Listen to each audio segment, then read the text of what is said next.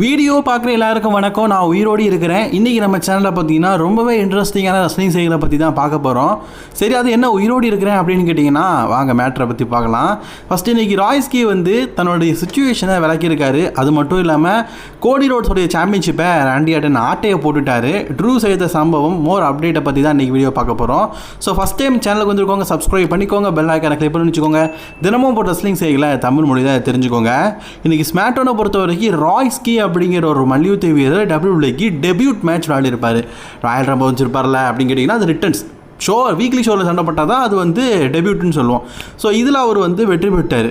Actually தான் யார் அப்படிங்கிறத சொல்லியிருக்கிறாரு. ஆக்சுவலி நம்ம வந்து பிரிட்டோவை இன்றைக்கி டபிள்யூ விளையாடாக்கிட்டாங்க. அதை நம்ம ஒரு மூலையில் வச்சுருந்தாலும் எப்படியோ ஒரு ரெஸ்லர்ஸோடைய டெபியூட்டுக்காக ஒரு ரெஸ்லர் எப்போவுமே பலியாக்குறது தானே, அந்த மாதிரி நினச்சிக்க வேண்டியதான். இந்த ராய்ஸ்க்கு என்ன சொல்லியிருக்காருன்னா, கிட்டத்தட்ட டபிள்யூடபிள்யூ வரதுக்காக நான் 13 வருஷமாக உழைச்சிருக்கிறேன்.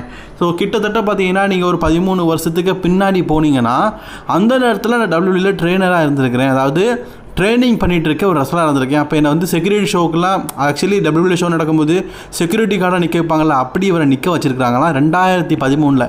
அதாவது நம்ம டேனியல் பிரைன் டபிள்யூடபிள்யூ சாம்பியன்ஷிப்புக்காக ரெசல்மேனியாவில் மோத டைமில் எஸ்எம்ஏனியா வந்துச்சுல்ல, அந்த டைமில் பார்த்தீங்கன்னா இவர் டபிள்யூடபிள்யூவில் ஒரு செக்யூரிட்டி கார்டாக இருந்திருக்காரு. செக்யூரிட்டி கார்டாக இருந்திருக்காருன்னா டபிள்யூடபிள்யூ ட்ரைனிங் எடுக்கிறதா வந்திருக்காரு. ஆனால் டபிள்யூடபிள்யூ பார்த்தீங்கன்னா இவரை செக்யூரிட்டி கார்டாக வச்சிருக்கிறாங்க. அப்போ நீங்கள் யோசிக்கலாம், இப்போ செக்யூரிட்டி கார்டாக வரவங்கலாம் டபிள்யூடபிள்யூ ட்ரைனிங் எடுத்துக்க ரெஸ்லர் தான் கேட்டிங்கன்னா நம்ம 100% ட்ரைனிங் எடுத்துகிட்டு இருக்க ரெஸ்லர் தான். அவங்களே இப்போ செக்யூரிட்டி கார்டாக யூஸ் பண்ணுறாங்க. அதே மாதிரி 13 வருஷத்துக்கு முன்னாடி டபிள்யூடபிள்யூவில் பார்த்தீங்கன்னா செக்யூரிட்டி கார்டாக இருந்தவர் இன்றைக்கி இவ்வளோ பெரிய ரெஸ்லராக இருக்காரு. ஸோ டபிள்யூடபிள்யூவில் வரணுனாலே இவருக்கு 13 வருஷம் ஆகிருக்குது. அப்போ நம்மளுடைய நிலைமை உருளைக்கிழங்கு செல்லக்குட்டி எங்கே போச்சு, ட்ரிபிள் ஹெச்சோட மூஞ்சில் காரி துப்ப போச்சு, இப்படி ஒரு பாட்டை நான் கண்டிப்பாக ட்ரிபிள் ஹெச்சுக்காக ஓதணும்.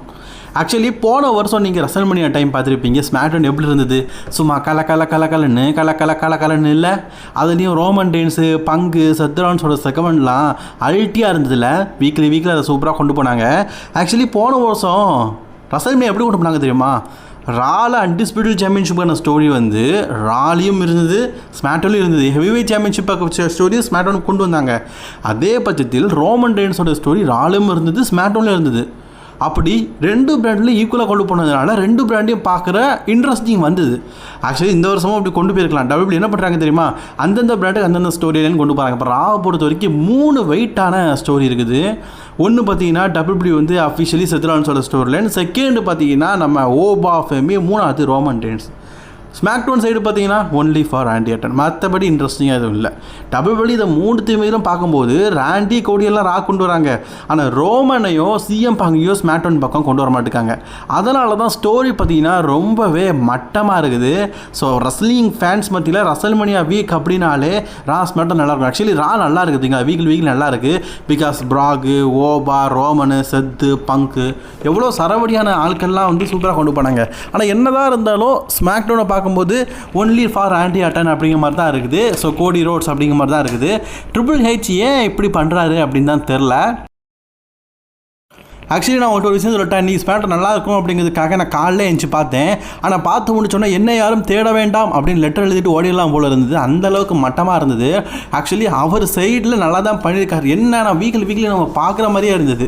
அதாவது கோடி ரோட்ஸோட செக்மெண்ட் ஒரே மாதிரி இருக்குது, ஜேக்கப் ஃபார்ட் செக்மெண்ட் நல்லா இருந்தது, ஆனால் ஒரே மாதிரி தான் இருக்குது. ஸோ இப்படி எல்லாமே ஒரே மாதிரி இருக்கிறதுனால ரிப்பீட்டட் ஷோ பார்க்குற மாதிரி இருந்தது. டபிள்யூடபிள்யூ பார்த்தீங்கன்னா எனக்கு தெரிஞ்சு ஒன்று பண்ணியிருக்கலாம், ட்ரூவை வந்து அப்படியே ரா சைடு கொண்டு போயிட்டு இதுக்கிட்ட நீ ரால வந்த அப்படின்னு சொல்லிட்டு அங்கே சண்டை போட்டு அங்கே ஜேக்கப் ஃபார்ட் வந்துருக்கலாம். அது மாதிரி ஸ்மாக்டவுன் சைடு ரோமன் ரெயின்ஸோட செக்மெண்ட்டை ஒரு தடவை நடத்திருக்கலாம், அல்லது பங்கு வந்து பேசியிருக்கலாம். இப்படி வித்தியாசமாக இதாக பண்ணியிருந்தால் நல்லா இருந்திருக்கும். அரைச்சாமாவை அரைப்போமா அப்படின்னு கொண்டு போனதுனால தான் இந்த வாரம் நடந்த ஸ்மாக்டவுன் பார்த்தீங்கன்னா ரசிகர்கள் மத்தியில் ஒரு பெரிய ஃப்ளாப்பை சந்திச்சிருக்குது. அதாவது டபிள்யூடபிள்யூ பார்த்தீங்கன்னா இந்த வாரம் நடந்து முடிஞ்ச ஸ்மாக்டவுனை ஃபேன்ஸ் எப்படி கொண்டாடுறாங்கன்னா, worst WrestleMania booking for the SmackDown. வழக்கமாக ரெசல்மேனியா டைமில் ராவும் நல்லா இருக்கும், ஸ்மாக்டவுன் நல்லா இருக்கும். ரெசல்மேனியாவுக்கு 8 நாட்களே வைத்துட்டு டபிள்யூடபிள்யூ இப்படி மட்டமான ஷோவை கொண்டு போனாங்க அப்படிங்கிற மாதிரி தான் ஃபேன்ஸ் மத்தியில் இப்போ கடுப்பான ஒரு செய்தியாக இருக்குது. ஸோ ட்ரிபிள் ஹெச் ஐயா கொஞ்சம் ஸ்மாக்டவுனை ஒழுங்காக பாறையா. ஸோ இந்த வேலை ஸ்மாக்டவுனை பொறுத்த வரைக்கும் ஓகே பார்க்கலாம் அப்படிங்கிற மாதிரி எனக்கு தோணிய ஒரு விஷயம்னா அது ட்ரூ ஜேக்கப் ஃபார்ட்டோடைய அந்த ஸ்டோரி தான். ஆக்சுவலி ட்ரூ மக்கின்டயர் வீக்லி பார்த்தீங்கன்னா ஜேக்கப் ஃபார்ட்டோ அட்டாக் பண்ணார், ஜேக்கப்பும் ட்ரூ அட்டாக் பண்ணுறாரு. இது 2 பேரும் டாம் அண்ட் ஜெர்ரி ஸ்டோரி தான். இது வந்து அன்சாங்ஷன் மேட்ச், எந்த பொருளை வேணாலும் எடுத்து அடிக்கலாம் அப்படிங்கிறதுனால இன்றைக்கி இதோட முன்னோட்டத்தை காட்டியிருப்பாங்க. அதில் ட்ரூ பார்த்தீங்கன்னா கையில் மாற்ற விலங்கு எடுத்து அது ஜேக்கப் ஃபாட் கையில் போட்டுட்டு கும்மாங்குத்தா குடி குடி கிராக்குவாசின்னு சொல்லிட்டு அடித்ததெல்லாம் பார்த்தீங்கன்னா உண்மையிலேயே பார்க்கறதுக்கு நல்லா இருந்தது. ஆக்சுவலி எனக்கு வந்து Drew versus Jacob Fatu story line நல்லா இருக்குது அப்படிங்கிறதுக்கு முக்கியமான காரணமே இவங்க அதிகமாக பேசி வேஸ்ட் டைம் பண்ண மாட்டேங்காங்க. இப்போ ஆக்சுவலி சில ஸ்டோரியிலலாம் பேசினா நல்லா தான் இருக்கும், ஆனால் ட்ரூ ஜேக்கப் வந்து பேச நல்லா இருக்காது, ஆக்ஷன் பண்ண தான் நல்லாயிருக்கும். அதை WWE நல்லாவே பண்ணியிருந்தாங்க. ஒன் டைம் வந்து ஜேக்கப் ஃபாட் மேலேருந்து குடிக்காருன்னா செகண்ட் டைம் வந்து இவங்க வெப்பன்ஸ் அடிக்கிறது, ஒவ்வொரு டைமும் ஒவ்வொன்று ட்ரை பண்ணுறாங்க. அது ரொம்பவே ஒர்க் அவுட் ஆகிருக்குது. அதுதான் இந்த வாரம் நடந்து முடிஞ்ச ஸ்மாக்டவுன்லையும் ரொம்பவே சூப்பராக ஒர்க் அவுட் ஆகிருக்குது. ஸோ இந்த செக்மெண்ட் எனக்கு ரொம்பவே பிடிச்சிருந்தது. உங்களோட கருத்துக்களை கமெண்ட் பண்ணிக்கோங்க. இன்றைக்கி ஸ்மாக்டவுன் பார்த்ததில் ஒருத்துப்பா அப்படின்னா இது மட்டும்தான், இது மட்டுமே தான், வேறு எதுவுமே நல்லா இல்லை. என்ன ப்ரோ எதுவுமே நல்லாதான் சொல்லிட்டு இருக்கிற, பேட் மெக்கஃபி வந்தார்ல, அவர் பண்ணார்ல அப்படின்னு கேட்டிங்கன்னா, ஆக்சுவலி நான் ஒரு விஷயம் சொல்லட்டா, WWE பேட் மெக்கஃபி நல்லா பேசாரு வைக்கான்னு சொல்லி கூட்டிகிட்டு வந்தாலும் எங்கள் எக்ஸ்பெக்டேஷன் வேறு இடத்துல இருந்து. நீங்கள் ரசல்மனியாக்கு அப்புறமா பேட் மெக்கஃபி ராண்டி கூட சேர்த்துக்கிட்டா கூட நல்லா இருக்கேன்னு சொல்லியிருப்போம். ஆனால் இப்போ ரசல்மனியா டைமில் நாங்கள் எதிர்பார்த்தது வேற ஒரு மொட்டை தலையை, ஆனால் நீங்கள் கொண்டு வந்திருக்கிறது வேற ஒரு தலையை. அப்போது எப்படி நாங்கள் எங்களால் ஏற்றுக்க முடியும்? ஒன்றுமே ஏற்றுக்க முடியாது. அதனால தான் பேட் மெக்கஃபி என்ன தான் பர்ஃபார்மன்ஸ் பண்ணாலும் எங்களுக்கு கடுப்பாக இருக்குது. ஆக்சுவலி அவர் விஷயம் சொல்லட்டா, இன்றைக்கி பேட் மெக்கஃபி ராண்டி ஆர்டன் பக்கத்தில் இருந்து கங்காரு மாதிரி குதிச்சுட்டு இருக்கும்போது அவன் மண்டேலே ஒன்று போடு அப்படிங்கிற மாதிரி எனக்கு கடும் கோவாயிடுச்சு. ஆல்ரெடி ஷோ மக்காக போய்ட்டு இருக்குது, இதில் ஏன்டா இப்படிலாம் பண்ணிகிட்டு இருக்கேன் அப்படிங்கிற மாதிரிலாம் தோணுச்சு. சரி ஏதோ ஒன்று, இன்றைக்கி ராண்டி ஆர்டன் பேட் மெக்கஃபி 2 பேருமே சேர்ந்து பார்த்தீங்கன்னா ஒன்றா சேர்ந்து பயங்கரமாக ஒரு மூவ்மெண்ட் பண்ணி அதுலேயும் பார்த்தீங்கன்னா கோடி ரோட்ஸாக அடிச்சுட்டு போயிட்டாங்க. இப்போது ராண்டி ஆர்டன் திருடனாக மாறிட்டார். ஆக்சுவலி பேட் மெக்கஃபி என்ன சொல்லியிருக்காருன்னா, எப்படியும் இனி 8 நாளில் கோடி ரோட்ஸை வீழ்த்தி ராண்டி ஆர்டன் வந்து 15வது முறையாக WWE சாம்பியன் ஆக தான் போகிறாரு. ஸோ இந்த சாம்பியன்ஷிப் ராண்டி ஆர்டன் பக்கம் வரதான் போகுது, அதை எதுக்கு தாமதப்படுத்தணும் அப்படின்னு சொல்லிட்டு இந்த வாரம் நடந்து முடிஞ்ச ஃப்ரைடே மட்டும் பார்த்தீங்கன்னா அப்படியே ராண்டி ஆர்டன் இந்த டைட்டில் தூக்கிட்டு போயிட்டாரு. ஆக்சுவலி ட்ரிபிள் எச் நீங்கள் நல்லா தான் பண்ணுறீங்க, ஆனால் எங்களுக்கு என்னவோ பழசை பார்க்குற மாதிரி இருக்குது. ஏன்னா இந்த ஸ்டோரியை பார்க்கும்போது லாஸ்ட் ஜான்சனா ஸ்டோரி மாதிரி இருக்குது, டைட்டில் தூக்கிட்டு போகும்போது கெவின் ஓவன்ஸை சேர்த்த மாதிரி இருக்குது. நீங்கள் என்னமோ ட்ரிபிள் எச் வந்து அட்லி ஃபேன் போல இருக்குது, எல்லா படத்தையும் பார்த்து ஒன்றா சேர்த்து குல்ஃபி ஐஸ் போட்ட மாதிரி இருக்குது. ஆனால் அட்லி போட்டால் கூட நல்லா இருக்குது, ஆனால் நீங்கள் போட்டால் நல்லா இருக்க மாட்டேங்குது. அது ஏன் அப்படின்னு தான் தெரில. ட்ரிபிள் எச் எனக்கு தெரிஞ்சு நீங்கள் ஒரு நல்ல கோயிலுக்காக போயிட்டு மொட்டை அடிச்சிங்கன்னா நல்லாயிருக்கும். ஏன்னா எப்படியும் மொட்டை அடிக்க போகிறீங்க, அதுக்கு பதிலாக இப்படி மொட்டை அடித்து ஸ்டோரியில் நல்லா இருக்குன்னு நினைக்கலாம்.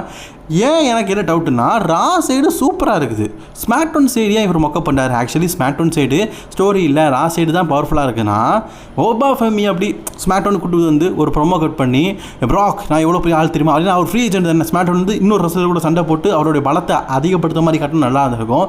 சிஎம் பாக்கோட ப்ரொமோ லாஸ்ட் இயர் காட்டினாங்கல்ல, சிஎம் ராவ் வந்து ஸ்மாக்டவுன் இருந்தார், செத்ரான்ஸ் ராவ் வந்து ஸ்மாக்டவுன் இருந்தார், அப்படி காட்டினா நல்லாயிருக்கும். ட்ரிபிள் எச் அப்படி ரசலர்ஸை கூட்டிகிட்டு வரதில் எதுக்காக கஞ்சப்படுறாருன்னு தெரில.